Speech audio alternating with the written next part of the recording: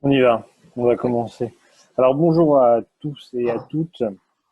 Donc, je suis Pierre Sartoff, je serai votre médiateur pour cette conférence donc, proposée par Elodie Graviloff, si j'ai bien prononcé. Pas Euh, grave. à nouveau, merci beaucoup de vous être rendu disponible, que ce soit Elodie ou les auditeurs pour suivre cette conférence en ce samedi après-midi. Je vous demande à nouveau de bien garder vos caméras éteintes tout au long de la conférence afin de pouvoir garder un débit satisfaisant.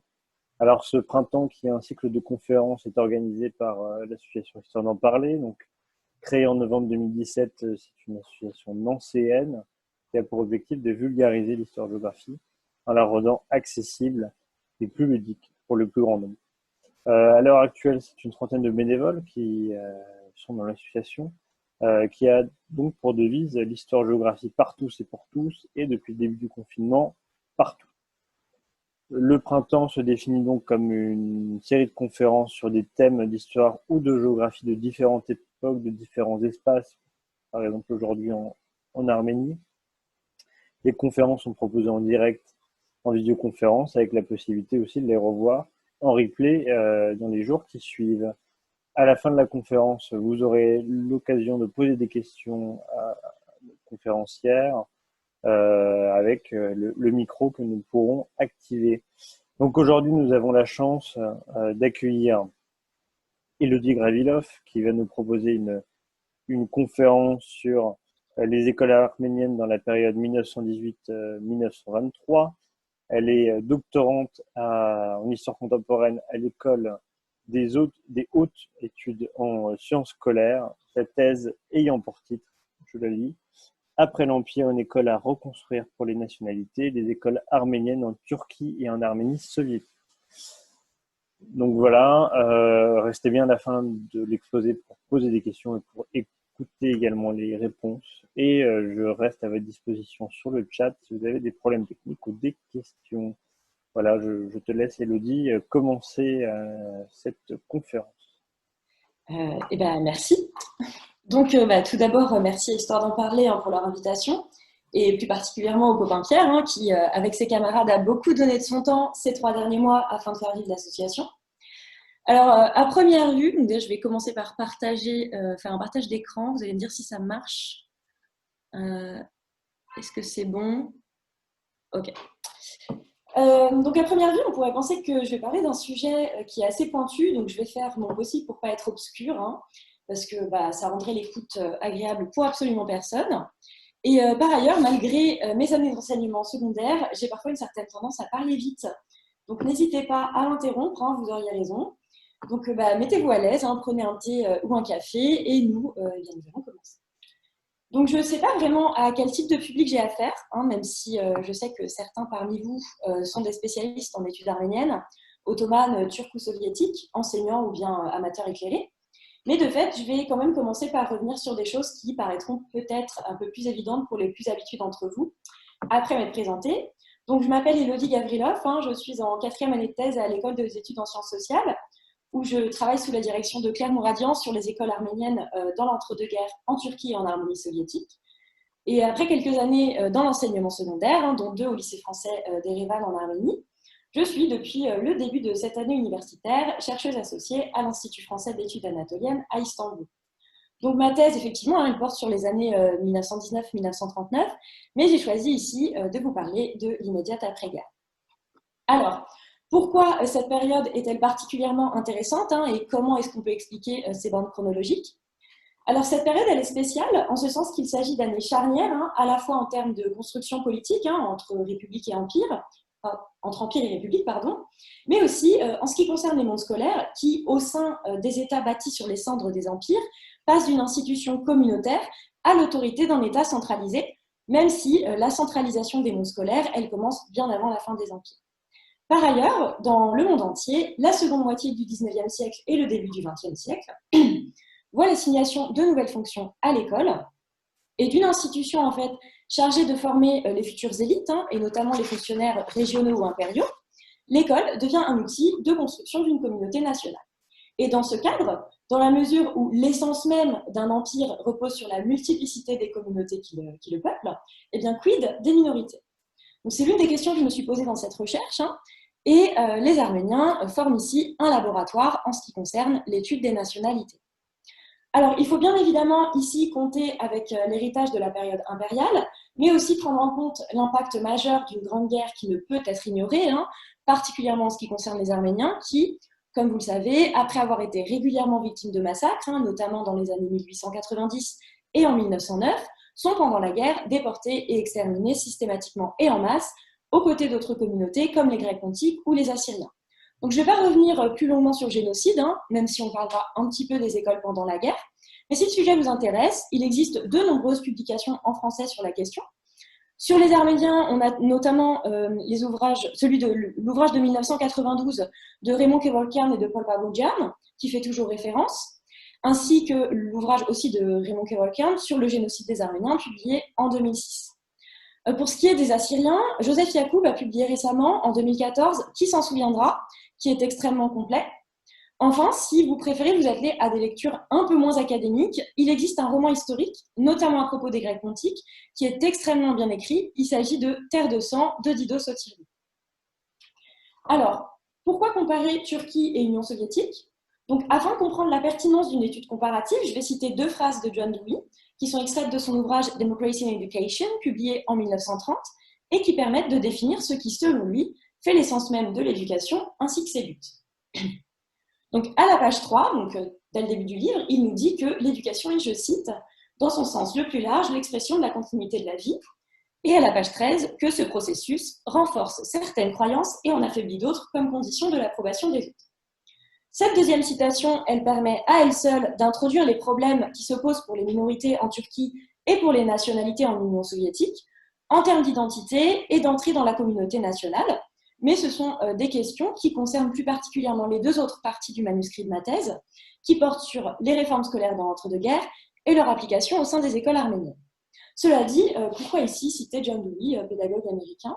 Eh bien parce qu'il est l'un des apôtres d'un courant très en vogue dans l'entre-deux-guerres en ce qui concerne l'éducation, et sur lequel vont s'appuyer à la fois les kémalistes et les soviétiques pour théoriser leurs réformes scolaires. Il s'agit de la pédagogie nouvelle.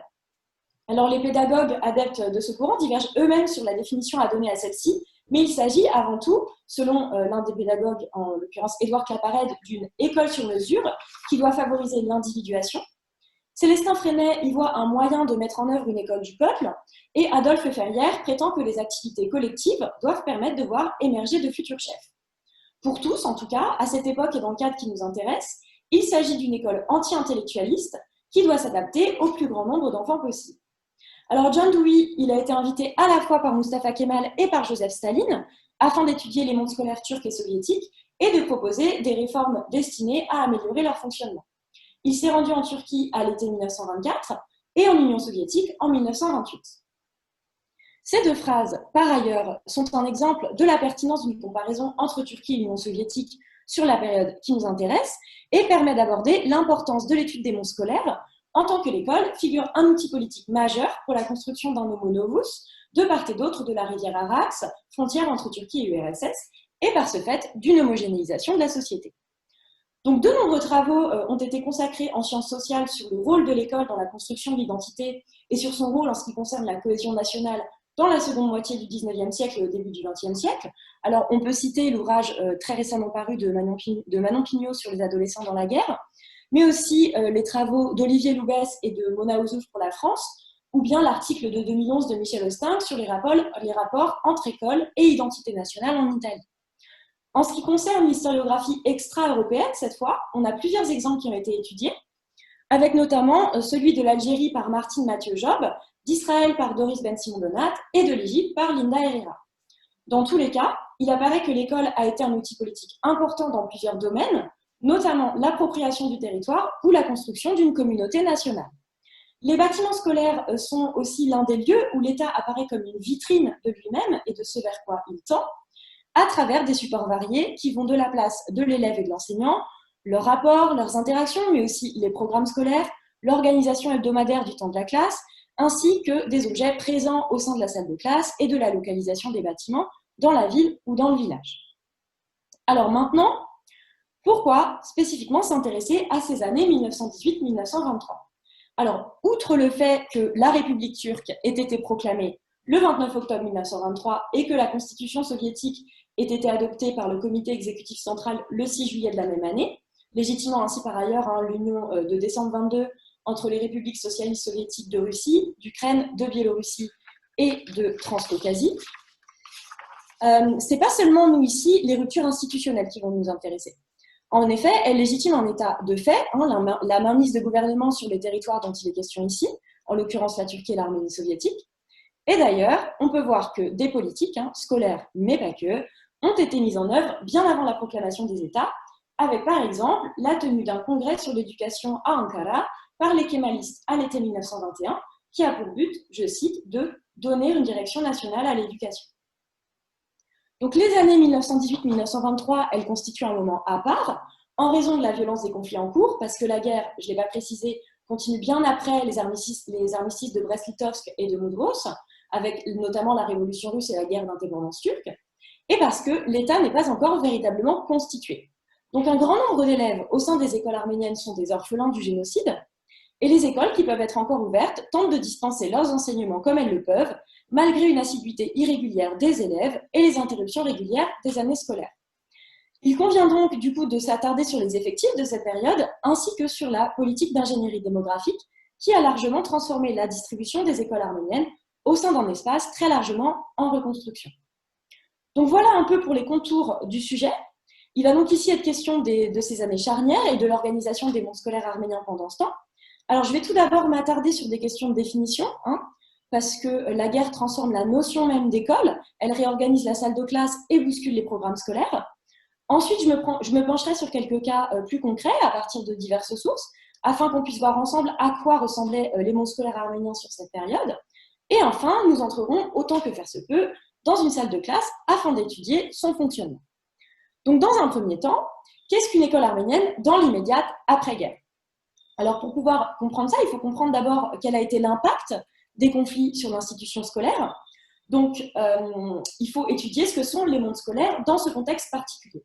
Et d'ailleurs, avant cela, il convient de mentionner assez rapidement les impacts des conflits armés. Pour rappel, sur le front, les écoles ont très souvent été utilisées comme base arrière des opérations, comme quartier sanitaire, pillées ou bien détruites. Et la majorité des écoles arméniennes de l'Empire ottoman ont été réquisitionnées par les autorités dans le cadre du génocide. Et l'ouvrage sur les orphelins dans la Grande Guerre de Nazım Maksudyan en parle très bien. Au Caucase, en 1918, une très large partie des effectifs aussi est composée de réfugiés, puisqu'on a un tiers de la population qui est elle-même faite de réfugiés, rescapés du génocide. L'expression monde scolaire, elle a notamment été employée par Emmanuel Saint-Fucien, qui est spécialiste en histoire de l'éducation et maître de conférence à l'EHESS, et elle sert à désigner l'école à l'intérieur comme en dehors de la salle de classe. Il s'agit, somme toute, de la salle de classe et de ce qui fait son essence, mais aussi de tous les différents acteurs qui permettent son fonctionnement, c'est-à-dire les institutions, les personnels éducatifs ou encore les élèves. Les mondes scolaires, ce sont aussi des lieux, des bâtiments scolaires et des ministères, aussi bien que des productions orales ou écrites à travers des objets comme des manuels scolaires, ceux qui les rédigent, mais aussi des cahiers d'élèves ou le contenu d'un exercice de grammaire. Et comme le montre Laurence Messonnier, dans l'ouvrage collectif dirigé par Jean-François Condette avec le cas de la France entre 1914 et 1918, je cite, « C'est dans le cadre de la corrélation entre l'adhésion à la guerre et l'enseignement que se situe l'apprentissage de la grammaire, avec des exercices dont les supports sont liés au conflit. » Dans ce cadre-là, on peut par exemple imaginer un exercice de mathématiques qui implique de compter des soldats, ou bien une dictée dont le texte est associé à la victoire sur l'ennemi. Alors, dans le contexte ici de la sortie de guerre et des empires, les acteurs, les lieux et les objets qui constituent les mondes scolaires arméniens diffèrent un peu du cas français. Si les États demeurent importants, les acteurs qui sont ici en première ligne et dont les archives constituent des sources essentielles sont notamment le patriarcat arménien de Constantinople, sous l'égide duquel fonctionnait la majorité des écoles arméniennes au XIXe siècle ottoman, les autorités françaises qui ont administré la Cilicie entre 1919 et 1921, où se trouve une grande partie des écoles arméniennes encore en fonction en dehors de Constantinople à ce moment-là, et des fondations de droit privé comme le Neus Philippe, qui disposent de nombreux orphelinats en Turquie et au Caucase. En ce qui concerne les États, je l'ai dit, si des politiques scolaires ont été mises en œuvre entre 18 et 23, ce n'est véritablement qu'après l'avènement des républiques que les gouvernements de Turquie et d'Arménie soviétique ont eu les moyens suffisants pour les appliquer à l'échelle de tout leur territoire. En ce qui concerne maintenant les lieux qui font les mondes scolaires arméniens, il y a, au-delà des institutions, deux types de bâtiments qu'il convient de distinguer. On a les écoles à proprement parler, dont certaines fonctionnent encore au sortir de la Grande Guerre, mais aussi les orphelinats, qui jouent un rôle essentiel en termes d'éducation informelle et informelle parmi les orphelins du génocide.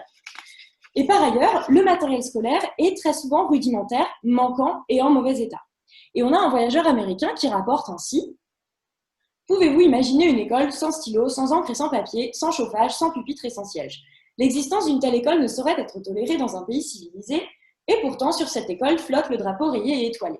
C'était une école pour orphelins du New Leaf. L'école n'était réchauffée que par l'enthousiasme fougueux des élèves et le zèle brûlant des enseignants qui étaient américains et assistés par un groupe de travailleurs. À la place d'un tableau noir, ou de papier ou d'un stylo, les enfants travaillaient sur un carton noirci, sur lequel les traces laissées par leur craie blanche pouvaient se voir. En ce qui concerne les livres, ils partageaient des reliques émoussées, vieilles de plusieurs années, feuilletées 1000 fois et émiettées par un long et mauvais usage. Patiemment, ils s'asseyaient sur le sol, leurs pieds sans chaussures.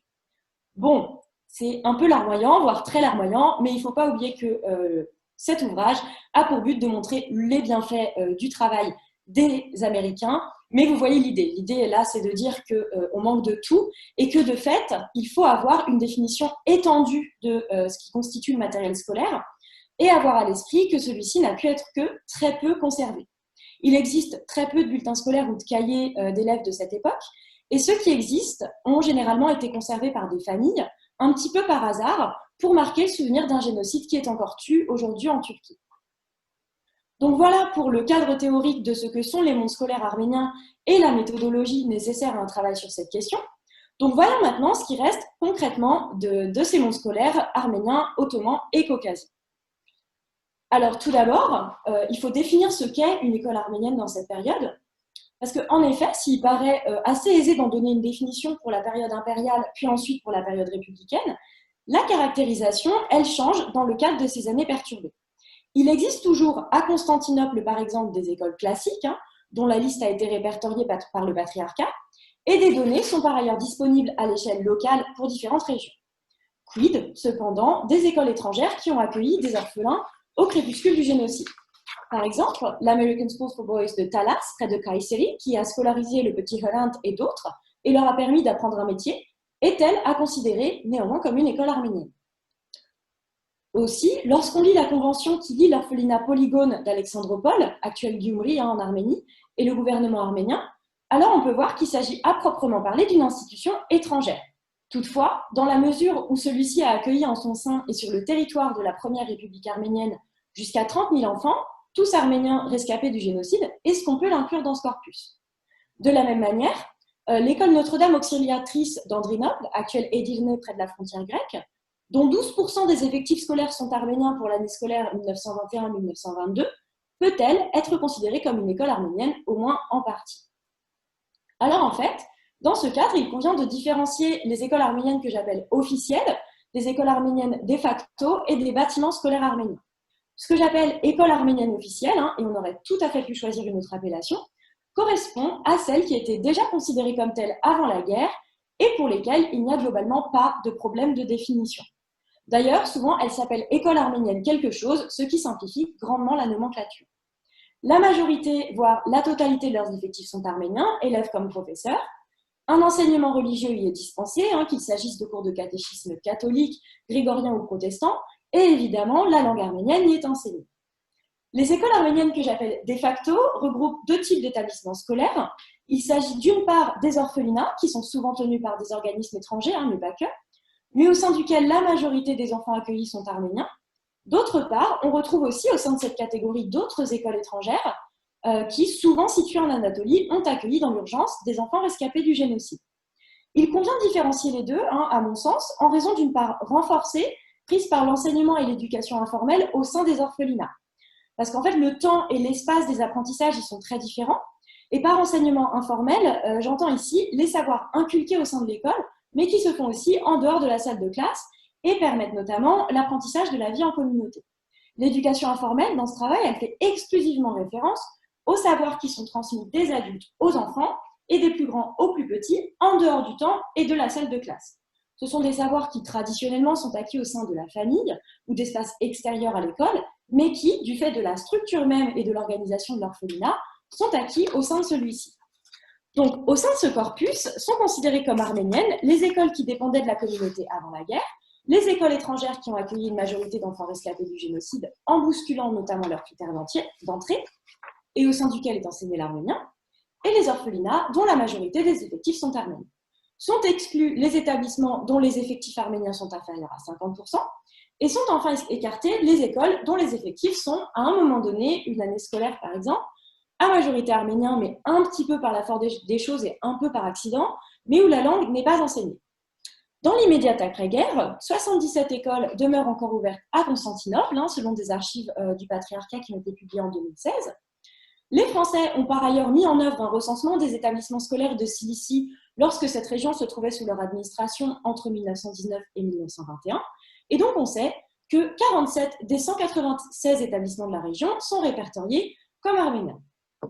Par ailleurs, il existe pour l'année scolaire 1921-1922 492 écoles primaires en Arménie et 13 établissements d'enseignement secondaire. Enfin, dans son compte-rendu du mois de juin 1920, le News Relief dénombre 81 orphelinats dans le Caucase, 27 en Syrie et au Liban et 121 à Constantinople et en Anatolie. Donc, à noter que par contre, dans ce rapport, le Caucase inclut toute la région de Transcaucasie. On a par exemple un orphelinat à Batumi, en actuelle Géorgie. Et la Syrie et le Liban sont mentionnés ici parce que cette région inclut la région de Maraş, qui est située dans le sud de la Turquie après la signature du traité de Lausanne le 24 juillet 1923. Pour ce qui est des écoles arméniennes dans le reste de l'Anatolie, il semble, en l'état actuel des connaissances, assez difficile d'établir des statistiques exactes sur les écoles ouvertes, parce qu'on a des écoles qui parfois vont être ouvertes, la plupart ne le sont pas parce qu'on les a réquisitionnées, les Ottomans les ont réquisitionnées pendant la guerre, mais parfois on va avoir une école qui va être ouverte pendant 3 mois, puis fermée à nouveau. Et on sait qu'en 1923, les écoles arméniennes ne sont autorisées à la réouverture qu'à Constantinople, où la minorité va être plus ou moins tolérée. En fait, on trouve parfois la mention de certains établissements ouverts au fil des sources, et donc c'est comme ça que je travaille du coup. Et il ne s'agit pas toujours d'écoles qui dépendent du patriarcat, on a parfois des écoles étrangères qui accueillent dans l'urgence des rescapés, comme c'est le cas à Talas pour l'école que j'ai déjà mentionnée. Alors, maintenant qu'on sait de quoi et de qui on parle, je vais aborder quelques exemples en ce qui concerne le fonctionnement des écoles arméniennes en contexte, avec un état des lieux donc sur les mondes scolaires arméniens dans la région. Dans un premier temps, dans cette partie, on va se rendre en Cilicie, une région du sud de la Turquie actuelle, pour laquelle il existe des données précises sur les questions scolaires. Alors, pour comprendre comment s'organise le temps scolaire, il convient d'analyser les effectifs, et pour ce faire, il faut pouvoir disposer de données précises sur les établissements scolaires, notamment en ce qui concerne le nombre d'élèves et le nombre d'enseignants. Ça a été rendu possible à l'échelle de cette région parce que les Français, ils ont effectué un recensement de tous les établissements scolaires sous leur juridiction. Les archives de ce recensement, elles ont été conservées et elles se trouvent actuellement sur le site des archives diplomatiques de Nantes. Ce recensement, il avait notamment un but comptable, puisque l'administration française subventionnait les établissements scolaires. Et on trouve, voici une carte pour pouvoir se repérer, et on trouve donc en Cilicie, en 1919, 191 écoles primaires, toutes communautés confondues, et 6 établissements d'enseignement primaire supérieur et secondaire. On en a 4 qui se trouvent dans le Sancak d'Adana. Je précise que Sancak et Vilayet, ce sont des divisions administratives ottomanes. Donc 4 se trouvent dans le Sancak d'Adana. On en a 2 autres dans le Sancak de Kozan, un à Sis et un autre à Tarsus. D'ailleurs, ces 2 derniers établissements sont des collèges américains. Donc, dans un premier temps, comme avant la Grande Guerre, les Français versent aux écoles, soit françaises, soit qui enseignent le français, une subvention tous les trimestres. Mais dès le second trimestre de l'année 1919, la nouvelle administration, elle abandonne peu à peu ce système au profit de subventions annuelles versées aux écoles, et donc cette fois à toutes les écoles, puisqu'elles sont sous leur juridiction. Alors, selon l'administration française, les écoles de Cilicie, elles sont, je cite un paragraphe du rapport, elles sont assidûment fréquentées. C'est ce qu'ils écrivent. Alors, il faut s'attarder un petit peu sur cette formule. Déjà, qu'est-ce que ça signifie? Et si c'est le cas, comment est-ce qu'on peut l'expliquer? Alors, effectivement, si on compare le nombre d'élèves au nombre d'enseignants, on a certains établissements, notamment en zone rurale, qui apparaissent très, voire surfréquentés. On trouve en moyenne dans les écoles de Cilicie, toutes communautés confondues, 38,8 élèves par classe, et en maternelle, les élèves sont autour de 80. L'école la plus densément fréquentée de la région, c'est la petite école arménienne d'Injiri. Ça a été transcrit Injirili parce que ce sont les Français qui ont transcrit, donc ils ont fait un peu comme ils ont pu. Mais Injirili, en l'occurrence, c'est le petit village d'Injiri, dans le Sanjak d'Adana actuellement, où l'on trouve un seul instituteur pour 160 enfants. Donc, à moins que notre collègue soit un surhomme absolu, il apparaît quand même assez impossible de faire la classe à 160 enfants en même temps. Aussi, on a plusieurs possibilités qui ne s'excluent pas forcément les unes les autres. Ce chiffre, il a pu être exagéré par le directeur de l'école, qui par ailleurs doit être cet instituteur esselé, afin d'obtenir plus de subventions. En effet, dans les écoles arméniennes d'Istanbul subventionnées après 1923, c'est chaque directeur qui transmet aux autorités compétentes un formulaire où il doit renseigner le nombre d'élèves et d'enseignants, leur nationalité, et où il peut formuler des demandes ou faire des remarques. Du coup, il s'agit d'une procédure à base déclarative. Et c'est très certainement le même procédé qui a été employé ici, puisqu'il apparaît quand même assez peu probable que l'administration française ait envoyé des inspecteurs dans chaque école de la région. Aussi, les élèves peuvent simplement aller en classe à différents moments de la journée, comme on peut le voir à la même époque dans certains orphelinats et établissements scolaires du Caucase, qui doivent faire face à ce type de problème. Enfin, 160, c'est les effectifs maximum, et on sait qu'on a de très gros problèmes d'assiduité à ce moment-là, donc on peut imaginer que de toute façon, il n'y avait jamais 160 enfants en même temps. Toujours est-il que si on compare les différents Sanjaks de Cilicie sous administration française, alors on peut voir, sans surprise, puisqu'il s'agit du pôle urbain de la région, que c'est le Sanjak d'Adana qui est le mieux doté en infrastructures scolaires. Les autres départements, ils disposent d'un nombre assez équivalent d'écoles, environ 31 pour le Djebel Bereket et 36 pour Mersin. Pourtant, ces différentes entités administratives, elles ne sont pas pareillement peuplées. Le Djebel Bereket, par exemple, il est plus peuplé, mais la population, elle y est beaucoup plus clairsemée et beaucoup plus rurale. De fait, les écoles, elles y sont plus petites, et ce sont beaucoup plus souvent des écoles de village où n'enseigne qu'un seul enseignant. Au contraire, Mersin, c'est une ville moyenne, et les structures y sont plus grandes, et donc plus d'élèves peuvent être accueillis au sein de chaque établissement scolaire. Donc le nombre d'écoles dans la région ne saurait seul nous renseigner sur l'état des mondes scolaires en Cilicie au sortir de la Première Guerre mondiale. Du coup, si on observe la répartition des écoles par communauté, on peut voir qu'il existe environ 2 écoles turques pour une école arménienne et 4 écoles turques pour une école arabe. Cependant, toujours selon les données recueillies, les écoles arméniennes, elles disposent d'effectifs beaucoup plus denses, avec en moyenne 43,2 élèves par classe, contre 34,6 dans les écoles turques et 29,2 dans les écoles arabes. Les écoles arméniennes, elles sont plus souvent des structures plus grandes que les écoles turques, et se trouvent dans les communes les plus peuplées, même si on en a aussi quelques-unes dans des villages un petit peu plus reculés. Mais néanmoins, d'une manière générale, le maillage du tissu scolaire arménien apparaît plus centralisé.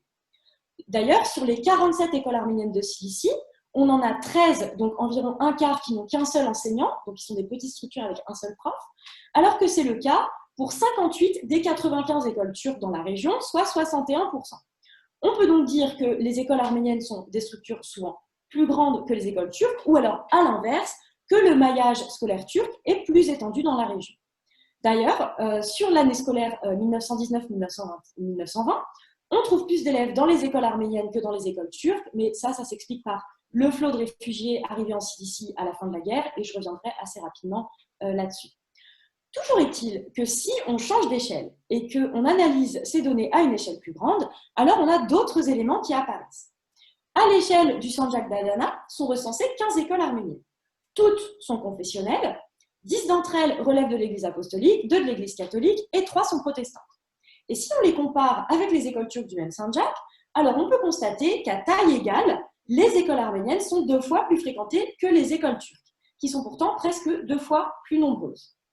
Et ça, c'est ce que je disais, donc ça s'explique notamment par le fait que la région a constitué dans l'immédiate après-guerre un refuge de très courte durée, mais un refuge quand même, pour les rescapés du génocide. Juste comme ça, on trouve 95 enseignants dans les 15 écoles arméniennes contre 52 dans les 25 écoles turques. Donc on a plus de points, ce qui permet d'avoir d'avoir plus de classes dans les établissements scolaires, par ailleurs. De même, on trouve 1549 élèves dans les écoles turques contre 3483 dans les écoles arméniennes. Donc ça, en soi, ces données-là, ça ne permet pas de faire une étude démographique sur la population arménienne en Cilicie dans l'immédiate après-guerre, mais ces éléments sur les politiques scolaires, ils peuvent par exemple être intégrés dans le cadre de ce type de travail, une étude démographique. Donc si le cœur en dit à quelqu'un, il y a une belle étude démographique à faire sur cette question. Donc voilà pour le tissu scolaire arménien à l'échelle de la Cilicie. Donc changeons d'échelle et de région maintenant et voyons ce qui se passe concrètement à l'intérieur d'un établissement scolaire. En l'occurrence ici d'un orphelinat. Alors au Caucase, les déportations aussi, elles ont perturbé le temps scolaire entre 1915 et les années qui suivent l'armistice. On sait que des Arméniens, hommes, femmes et enfants, ont fui notamment Van et sont passés par Idir pour se rendre en Arménie, par la frontière, au pied du mont Ararat. On trouve d'ailleurs encore trace de leur passage, à la fois dans les sources du Nilus Pilif, mais aussi grâce à de nombreux graffitis encore visibles aujourd'hui sur les murs du monastère de Rovira, qui est situé au pied du mont Ararat, à quelques pas de la rivière Arax, qui matérialise encore aujourd'hui la frontière entre la Turquie et l'Arménie. Selon le Nilus Pilif, on a entre 15 000 et 20 000 orphelins de père qui se trouvent sur le territoire arménien en 1917. On sait que le flot de réfugiés, il grandit encore à la fin de la guerre. Et pour ce qui est des enfants, tous ne sont pas scolarisés et ceux qu'ils sont n'ont pas toujours la possibilité d'être assidus en classe. Pourquoi ? Eh bien parce qu'ils doivent trouver des ressources pour vivre puisqu'ils sont orphelins. Et par exemple, dans les régions d'Armavir ou de Kotaïk, j'ai mis une carte pour ceux qui ne seraient pas familiers avec la géographie de l'Arménie, ils aident au champ. Et d'ailleurs, c'est pour cette raison que le complexe d'Alexandropol, qui est à l'actuel Gyumri, dans le nord-ouest de l'Arménie, va consacrer une large partie de ses ressources à l'apprentissage du métier d'agriculteur. Donc les orphelinats, ils ont mis en œuvre des enseignements professionnels dans leurs établissements afin de permettre aux orphelins de pouvoir se débrouiller une fois adultes. James Barton, dans son rapport sur le Nilus Pilif qui a été publié en 1930, rapporte ainsi que, je cite, « Les formations étaient adaptées aux besoins et aux opportunités des pays où les enfants vivent. Une enquête sur les possibilités industrielles et agricoles a été faite dans chaque communauté et les enseignements ont été adaptés aux conditions locales. Le commerce, l'artisanat et les futurs métiers ont été choisis après un examen attentif des opportunités d'emploi dans le futur. De fait, il y avait des ajustements perpétuels dans les programmes scolaires. » Et un peu plus loin, il ajoute « Le groupe d'orphelinats en Arménie russe était le plus large et le plus compact, avec le nombre de bâtiments le plus important et les plus grandes superficies agricoles. Le développement de programmes scolaires professionnels dans ce centre est typique de la façon dont le programme dans son ensemble est mis en œuvre à une échelle plus large. À Polygone, c'est le nom de l'orphelinat, où il y avait 5000 petits garçons, 2 nouveaux bâtiments ont été rendus disponibles pour le travail industriel. 1 millier de garçons de 12 ans ont été regroupés en différentes classes, tailleurs, charpentiers, forgerons, ferronniers, cordonniers, relieurs et potiers. Les formations agricoles ont été dans un premier temps centralisées à Stepanavan, puis transférées à Polygone. On enseignait à chaque orphelin comment travailler dans un petit potager, et la véritable formation commençait lorsque les garçons atteignaient l'âge de 12 ans et était continue jusqu'à ce qu'ils atteignent l'âge de 16 ans.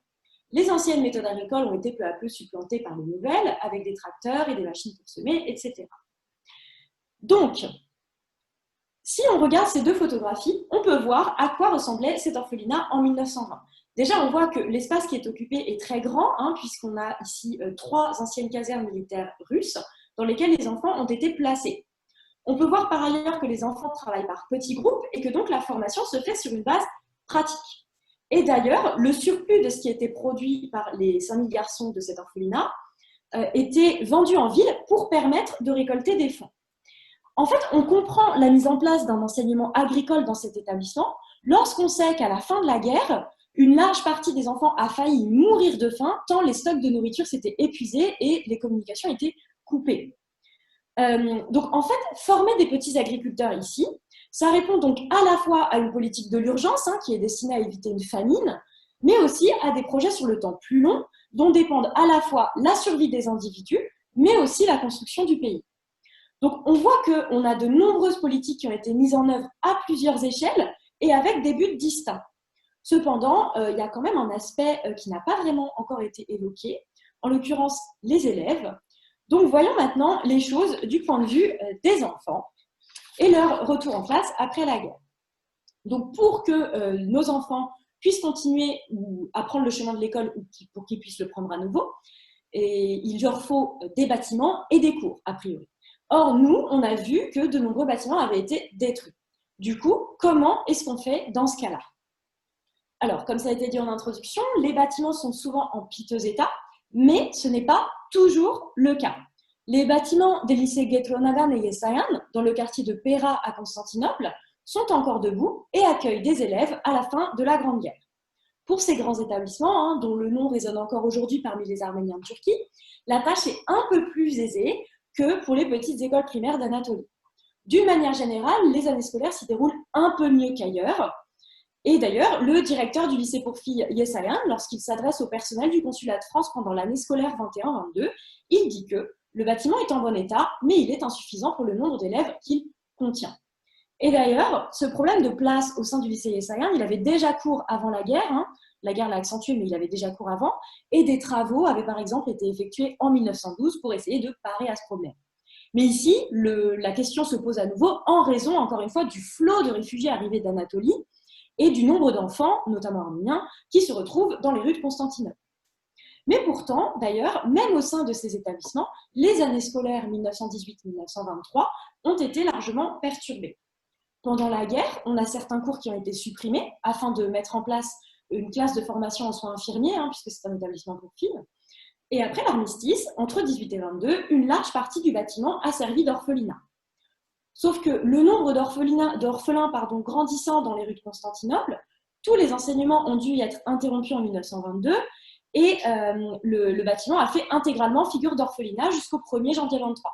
Ça ne veut pas dire qu'il n'y a pas de classe, mais que ces classes elles fonctionnent sur le modèle de l'orphelinat plus que sur le modèle d'un établissement scolaire classique.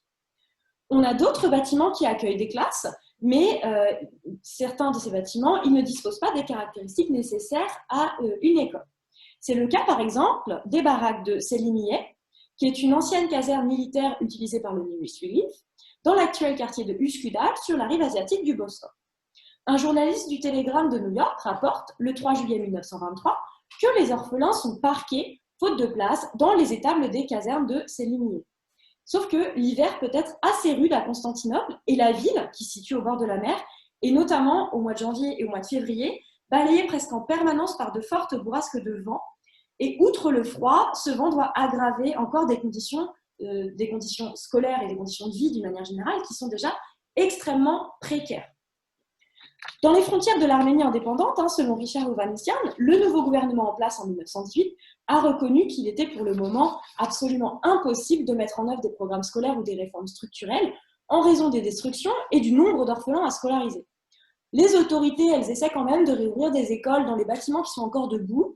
Et à la fin de l'année 1918, selon un rapport du Foreign Office, on a 135 écoles primaires qui sont ouvertes et accueillent 11 136 élèves, ainsi que 10 établissements d'enseignement secondaire, qui scolarisent 313 adolescents. On sait qu'on a environ 1,6 million de personnes en Arménie à ce moment-là. Donc ce très faible nombre, 10 000 élèves pour 1,6 million de personnes, montre quand même très bien l'étendue des destructions et la difficulté pour les enfants de retrouver le chemin de l'école. Donc on voit que, puisqu'on a un grand nombre de bâtiments qui ont été réquisitionnés par les autorités ottomanes, pillés ou bien détruits, et afin de faire face au flot de réfugiés venus notamment d'Anatolie, des bâtiments totalement inadaptés ont été utilisés pour faire face à l'urgence de la situation. Mais ce n'est pas le cas partout, et les grands lycées arméniens de Constantinople ont quand même tenu le coup, malgré une très importante réorganisation, voire carrément la suppression des heures de classe à certains moments. Mais on imagine très aisément, lorsque la classe est une étable ou une caserne militaire à moitié balayée par le vent, que les conditions dans lesquelles les élèves sont accueillis sont très loin d'être idéales. Et il s'agit finalement, somme toute, on est toujours dans le cadre d'un enseignement totalement délivré dans l'urgence et pour faire face à l'urgence de la situation. On est vraiment sur le temps court, plus que sur des réformes structurelles. Alors maintenant que nous avons plus ou moins mis un toit sur la tête des élèves, voyons comment s'organise l'année scolaire. Alors on sait que le temps scolaire il est très très différent en ces temps troublés. L'année scolaire elle est contractée, elle est parfois fragmentée, et le temps des apprentissages il peut être au contraire allongé ou répété. En effet, au fil de la violence des conflits, les années scolaires elles s'interrompent. Parfois, elles vont reprendre. Parfois, l'école ne peut ouvrir à nouveau ses portes qu'au commencement d'une autre année scolaire. Parfois, en plein milieu. Enfin, ça dépend. Au contraire, on sait qu'on a aussi des établissements qui accueillent et qui scolarisent des enfants plus âgés afin de leur donner la possibilité de pouvoir ensuite entrer dans le monde des adultes et dans la vie active. Et parfois, un enfant, s'il a changé de lieu de vie, peut répéter une année ou une partie d'année scolaire. De fait, parler d'année scolaire et lier la progression des élèves dans le système au déroulement de celle-ci n'a pas vraiment de sens ici. Il faudrait plutôt parler d'un temps scolaire en pointillés pour caractériser cette période, des pointillés qui peuvent s'étendre sur quelques semaines, sur un trimestre ou une année scolaire où les écoles sont ouvertes et dispensent des enseignements dans une classe à des élèves. Pour caractériser le passage d'un niveau à l'autre, il convient de parler d'une progression qui est dilatée à la fois dans le temps et dans l'espace, dans le cas où les enfants ont changé de ville au fil des déportations. Donc, afin de comprendre de quoi on parle ici, on peut illustrer cette idée par des exemples. Et lorsqu'on étudie un bulletin scolaire, comme celui de Heraint ici, on peut observer à la fois ce temps scolaire en pointillés et cette dilatation des apprentissages dans le temps et dans l'espace. Avant la guerre, l'American School for Boys de Tallaght, c'était une école normale pour filles et pour garçons. Une école normale, je rappelle que c'est une école destinée à former des instituteurs. Elle a été ouverte en 1871 par des missionnaires américains. Pendant la guerre, l'armée ottomane, elle a utilisé ces bâtiments comme hôpital. Et à la fin de celle-ci, des orphelins grecs et arméniens ont été accueillis. Ensuite, l'école elle a été fermée, puis elle a réouvert ses portes en 1928 en tant qu'établissement secondaire d'enseignement professionnel. Heraint, il a été scolarisé dans cet établissement orphelinat entre l'automne 1920 et le mois de juillet 1921. Il a été noté pour une première période au mois de décembre, puis pour une autre période à la fin du mois de juin. Il n'y a pas de note pour la deuxième période, qui aurait dû s'achever au 1er mars. C'est quelque chose qu'on peut expliquer par plusieurs raisons, comme par exemple une fermeture ponctuelle de classe, ou bien des évaluations moins nombreuses parce que les effectifs étaient trop importants, ou il y a tout un tas d'autres raisons qui peuvent expliquer aussi le fait qu'il n'y ait pas eu de notes sur ce trimestre. En tout cas, toujours est-il que l'absence de notes sur un trimestre, elle contracte de fait l'année scolaire aux 2/3 et elle illustre bien cette année scolaire en pointillés. Par ailleurs, d'autres documents concernant Heraint nous indiquent qu'il est né en 1902 à Sivas. On sait qu'il est arrivé orphelin à Kayseri et que ses parents ont disparu en déportation. On ne connaît pas sa date de naissance exacte, mais son année de naissance apparaît sur ses papiers d'identité. Donc, en 1919-1920, il a entre 18 et 19 ans au moment de la rédaction de ce bulletin scolaire. Et de fait, il n'a plus l'âge d'aller à l'école primaire. Heraint, il a suivi des cours dans différentes villes, au fil de la politique d'ingénierie démographique ottomane et des massacres. Il y a eu de longues périodes sur lesquelles il n'en a pas suivi d'ailleurs. Et donc, de fait, il a été scolarisé sur un temps bien plus long que ce qui est défini par la norme de l'époque, et de façon très hachée. Par ailleurs, ce bulletin, il nous donne un grand nombre d'informations sur ce que signifie concrètement faire la classe dans l'urgence. À la ligne 11, à part des autres matières, on peut voir que Heraint, il a reçu une formation de tailleur. Et effectivement, c'est le métier qu'il exerce par la suite, d'abord à Beyrouth, puis ensuite à Paris. Le fait qu'il figure à part des autres matières peut permettre d'émettre l'hypothèse que cet enseignement ne fait pas partie du curriculum habituel. D'ailleurs, on remarque que cette école elle dispense quand même assez peu de cours différents. On peut imaginer que ces matières scolaires ont manifestement été considérées comme un espèce de minimum vital, faute de mieux. D'ailleurs, les mauvais résultats de Heraint en anglais nous indiquent que l'entrée dans cet établissement à ce moment précis ne repose pas sur des compétences linguistiques. Les enfants sont accueillis simplement parce qu'ils sont orphelins. Heraint, par ailleurs, il était manifestement plus à l'aise en turc qu'en arménien, enfin, en tout cas en ce qui concerne l'école. On peut imaginer qu'il n'a probablement pas dû apprendre à écrire correctement l'arménien. L'absence de notes pour le deuxième trimestre elle peut nous laisser imaginer que l'année scolaire elle a été interrompue ou perturbée. Donc voilà ce que ça signifie concrètement, faire la classe dans l'urgence. On a là des élèves, en l'occurrence un élève ici, qui du fait de son âge ne devrait plus être à l'école primaire. On n'a qu'une partie des matières scolaires, un accès à la classe assez inhabituel pour une école étrangère, parce que vous imaginez bien que Heraint ne paye pas pour cette école, et une année scolaire dont une partie seulement a été faite.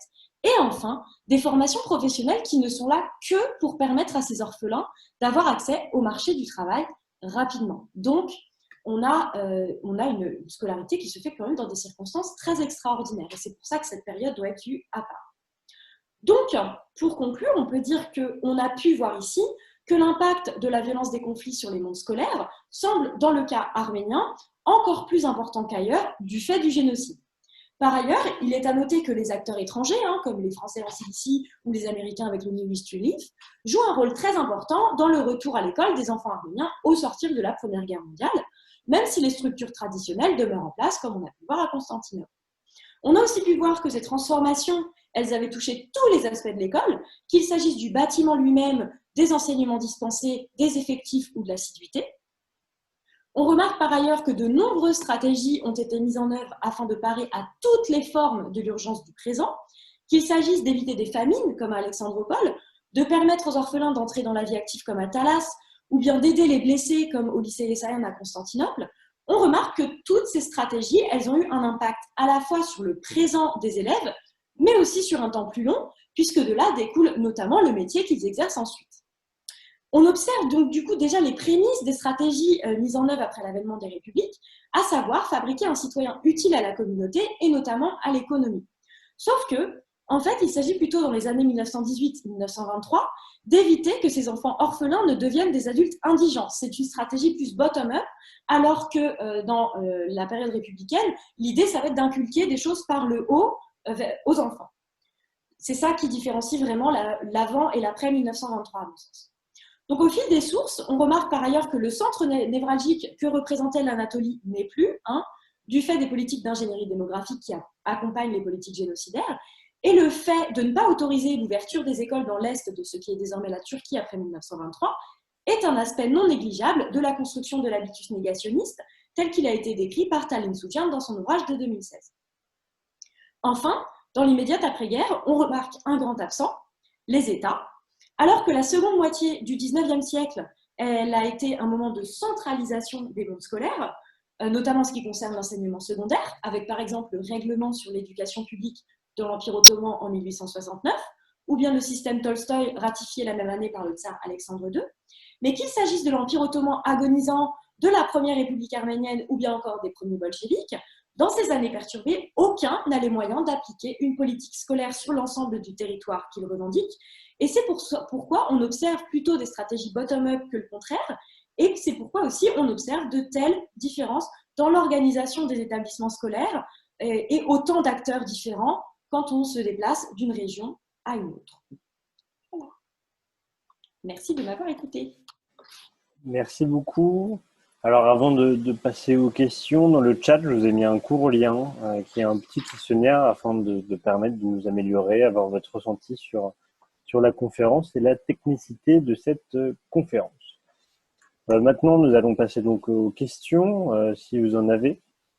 Moi, j'en ai préparé de toute façon pour faire la transition. Comment ça va se passer dans le chat?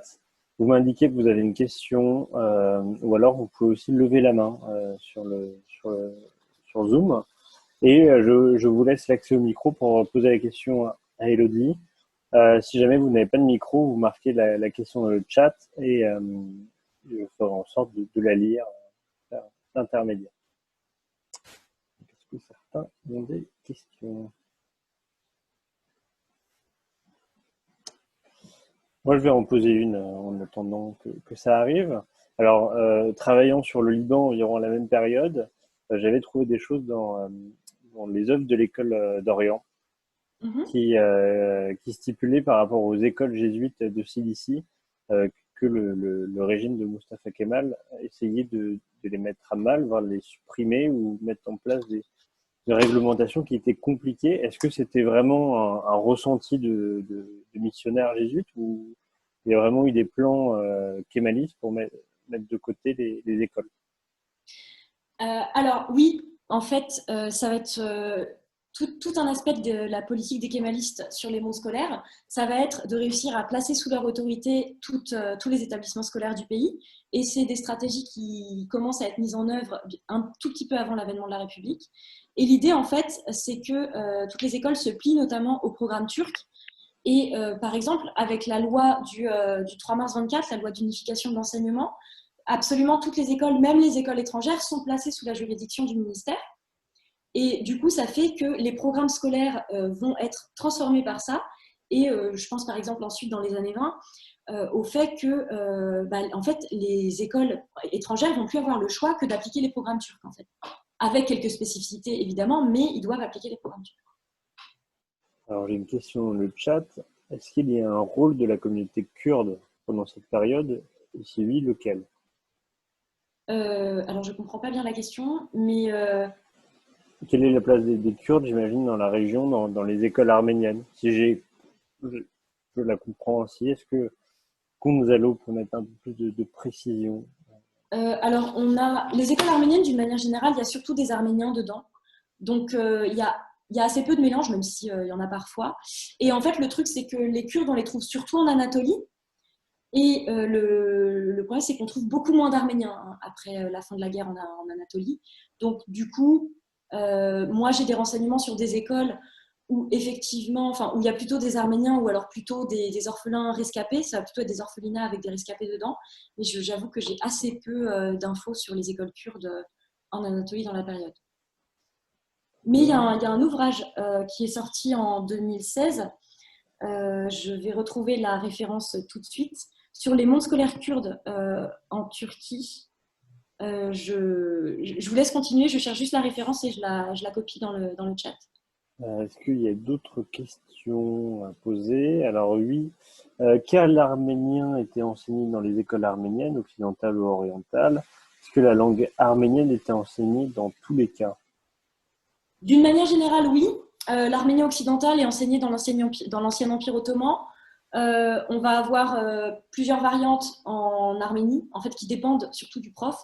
Mais d'une manière générale, c'est l'arménien oriental qui est plutôt enseigné en Arménie, et puis l'arménien occidental dans l'empire ottoman. D'accord. Donc, je cherche ma référence. Tu as d'autres questions?